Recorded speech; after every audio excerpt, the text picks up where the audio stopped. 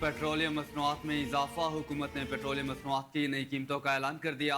वजारत खजाना की जानिब से जारी नोटिफिकेशन के मुताबिक पेट्रोल की कीमत में ₹3.47 जबकि हाई स्पीड डीजल की कीमत में ₹2.61 का इजाफा रिकॉर्ड किया गया।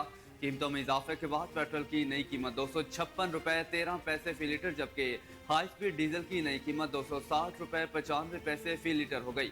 वाज़ेह रही कि 31 दिसंबर को हुकूमत की जानिब से पेट्रोल की कीमत में 56 पैसे जबकि हाई स्पीड डीजल की कीमत में ₹2.96 का इजाफा किया गया था।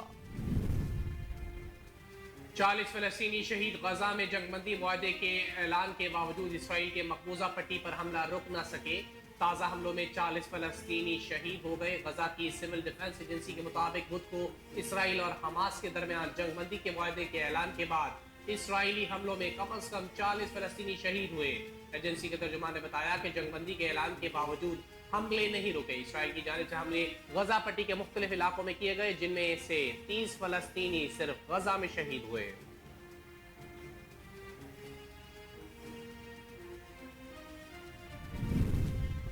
हमास ने जंगबंदी मुआहदे को अहम कामयाबी करार दिया और कहा कि इसराइली फौज अपने किसी हदफ को हासिल नहीं कर सकी। बैनुल-अक़वामी मीडिया की रिपोर्ट के मुताबिक इसराइल के साथ तय होने वाले मुआहदे पर हमास का कहना है कि गजा में जंग को रोकने के लिए इसराइल के साथ जंगबंदी का मुआहदा फ़लस्तीनी अवाम की इस्तकामत है और इसकी अपनी मुज़ाहमत का नतीजा है। गजा में हमास व मुज़ाकराती कमेटी के सरबराह डॉक्टर खलीलुल हिया ने जंग मुआहदे पर रद्द-ए-अमल देते हुए कहा कि जिनकी आंखों से आंसू बहे हम ना भूलेंगे ना माफ़ करेंगे। हम तमाम मुज़ाहमती ग्रुप्स के मुजाहिदीन को सलाम पेश करते हैं, खासतौर पर अल-कुद्स ब्रिगेड के मुजाहिदीन को जो इस्लामी जिहाद की सफ़े अव्वल के साथ हैं।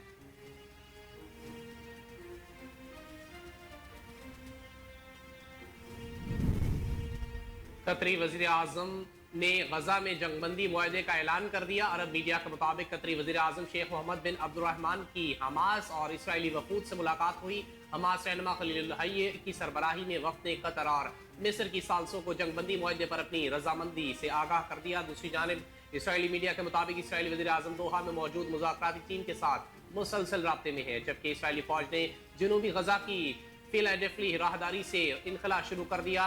गजा में जंगबंदी का अमल 3 मराहिल पर मुश्तमिल होगा। पहले मरहले में 33 फलस्तीनी और 50 फलस्तीनी कैदी रिहा होंगे।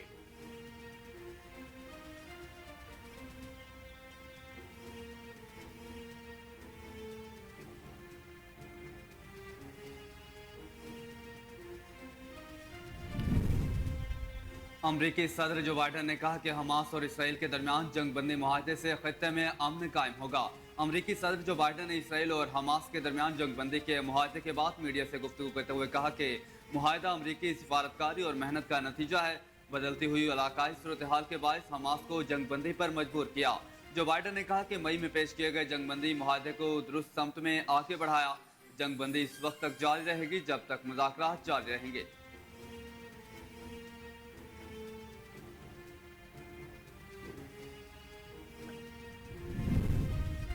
तर्जुमान दफ्तर खारजा पाकिस्तान का गजा में जंगबंदी मुआहदे का खैर मकदम। तर्जुमान दफ्तर खारजा का कहना है कि 15 जनवरी 2025 को होने वाले गजा जंग बंदी का खैर मकदम करते हैं। पाकिस्तान मुआहदे पर फौरी और मुकम्मल अमल दरामद का मुतालबा करता है। उम्मीद है कि मुआहदा मुस्तकिल जंगबंदी का बाइस बनेगा। दफ्तर खारजा ने कहा कि उम्मीद करते हैं कि मुआहदे से इंसानी इमदाद को बढ़ाने में मदद मिलेगी। इसराइली अफवाज की अंधाधुंध ताकत के इस्तेमाल से लातादाद जानों और इमलाक का नुकसान हुआ है। लाखों बेगुनाह फलस्तीनी बेघर हो चुके हैं। इसराइल के तौसीफ पसंदाना आज़ाइम ने पूरे खत्ते को गैर मुस्तहकम कर दिया है। तर्जुमान दफ्तर खारजा का मजीद कहना था कि पाकिस्तान मसला तो फलस्तीन के मुनसिफाना जामे और पायदार हल के लिए अपनी हिमायत का इरादा करता है।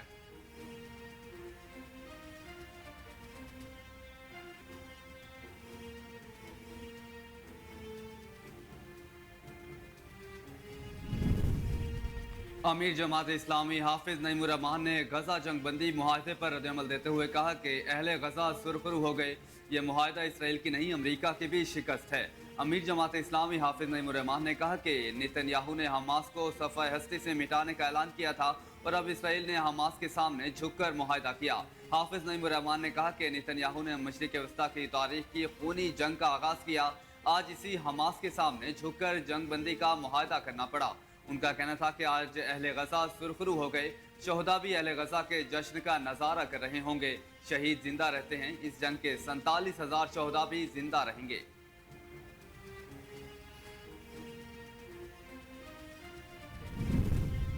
वज़ीर-ए-आज़म मियां मोहम्मद शहबाज शरीफ की यूथ प्रोग्राम के तहत कर्ज की रकम 15 लाख करने की हिदायत। वज़ीर-ए-आज़म मियां मोहम्मद शहबाज शरीफ की ज़ेर सदारत छोटे और दरमियाने दर्जे के कारोबार के अमूर पर जायजा इजलास हुआ, जिसमें वज़ीर-ए-आज़म की खुसूसी हिदायत की रोशनी में SMEs की तरक्की और सहूलत के लिए हुकूमती इक़दाम पर पेशरफ्त से आगाह किया। दौरान इजलास वज़ीर-ए-आज़म ने छोटे पैमाने के कारोबार के लिए वज़ीर-ए-आज़म यूथ प्रोग्राम के तहत कर्ज की रकम को 5 लाख से बढ़ाकर 15 लाख करने की हिदायत की, जबकि छोटे और दरमियाने दर्जे के कारोबार को सहूलियत फराहमी के लिए उनका तफसीली सर्वे जल्द मुकम्मल करने का भी हुक्म दिया।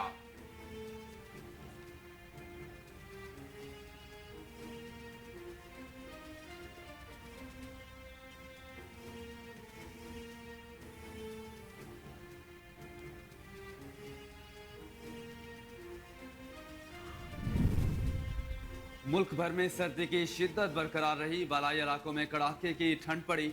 बलोचिस्तान के मुख्तलिफ अजला में वक्फे वक्फे से बर्फबारी और बारिश का सिलसिला जारी है। सर्दी बढ़ गई। कोयटा, चमन, ज़ियारत, पशीन, कला अब्दुल्ला और किर्तनवाह में बारिश और तोबा चकसई में बर्फबारी का सिलसिला जारी रहा। गिलगित बल्तिस्तान, खैबर पख्तूनख्वा में शदीद सर्दी का राज रहा। पारा नुक्ता इज्तिमात से भी कई दर्जे नीचे आ गया। लह में पारा -12, स्कर्दू -10, गोफ्स में -9 रहा। स्टोर -7, कलाम, हुंजा, गिलगित बकरोट में -5 रहा। पारा चना, ज़ियारत और कलात में -4 डिग्री सेंटीग्रेड रिकॉर्ड किया गया।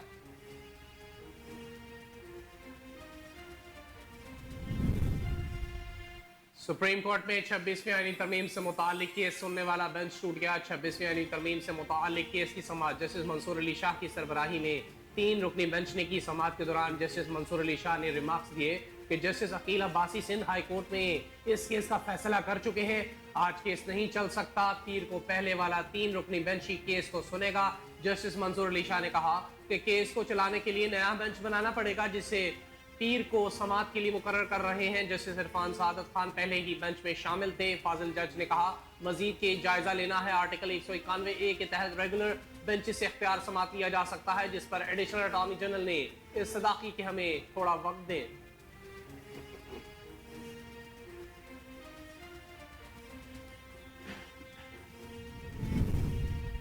गवर्नर खैबर पख्तूनख्वा फैसल करीम कुंडी ने कहा कि हम बल्दियाती नुमाइंदों को किसी भी सूरत में बेयार व मददगार नहीं छोड़ेंगे। गवर्नर खैबर पख्तूनख्वा फैसल करीम कुंडी से local council association Khyber Pakhtunkhwa के एक वफ्द ने मुलाकात की। वफ्द ने बल्दियाती नुमाइंदों को दरपेश मुश्किलात और इस हवाले से सूबाई हुकूमत के गैर जमहूरी रवैये से आगाह किया।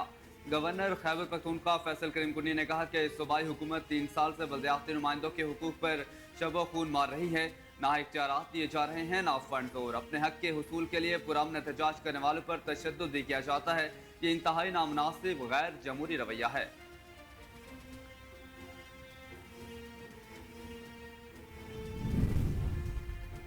सुप्रीम कोर्ट में फौजी अदालतों में सिविलियंस के ट्रायल के खिलाफ इंट्रा कोर्ट अपील पर समाअत के दौरान जस्टिस हसन अजहर रिजवी ने रिमार्क्स में कहा कि नेचुरल जस्टिस में किसी को सुने बगैर सजा नहीं हो सकती। वकील वजारत दिफा ख्वाजा हारिस ने आज भी दलाइल जारी रखते हुए कहा कि सुप्रीम कोर्ट सेक्शन 2D1 अगर दुरुस्त करार पाता है तो नतीजा क्या होगा। कानून के सेक्शन दुरुस्त पाते तो ये ट्रायल के खिलाफ दरख्वास्तें नाकाबिल समाअत थी। मिलिट्री ट्रायल में पूरा प्रोसीजर फॉलो किया जाता है। जस्टिस हसन अजहर रिजवी ने रिमार्क्स में कहा कि अदालत ने आपसे मिलिट्री ट्रायल वाले केसेस का रिकॉर्ड मांगा था। अदालत देखना चाहती है कि ट्रायल में शहादतों पर कैसे फैसला हुआ। अदालत को यह रिकॉर्ड देने से इनकार कर दिया गया।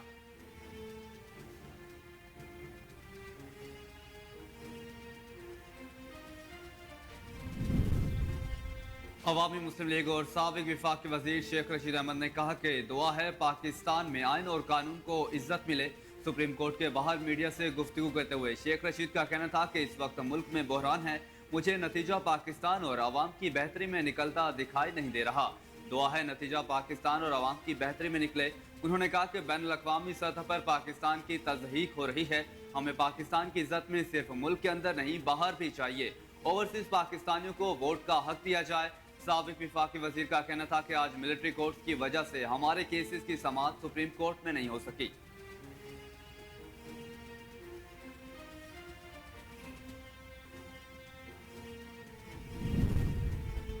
शर्मिला फारूकी पाकिस्तान पीपल्स पार्टी के रहनुमा ने कहा कि मुज़ाकरात कामयाब हो जाएंगे तो हम सबको खुशी होगी। इससे सियासी इस्तेहकाम आ जाएगा और फिर मामलात आगे चलेंगे। निजी टीवी से गुफ्तगू करते हुए शर्मिला फारूकी ने कहा कि इस वक्त जो भी बातें हो रही हैं ये सब आवाम के मसाइल की बातें नहीं है। उन्होंने कहा कि मुज़ाकरात भी हो रहे हैं, फिर ये असेंबली में शोर और हंगामा भी कर रहे हैं, बायकॉट भी कर रहे हैं, फिर उन्होंने 8 फरवरी के लिए ऐलान कर दिया है। इसको खत्म होना चाहिए, इन्हें एक फैसला करना पड़ेगा।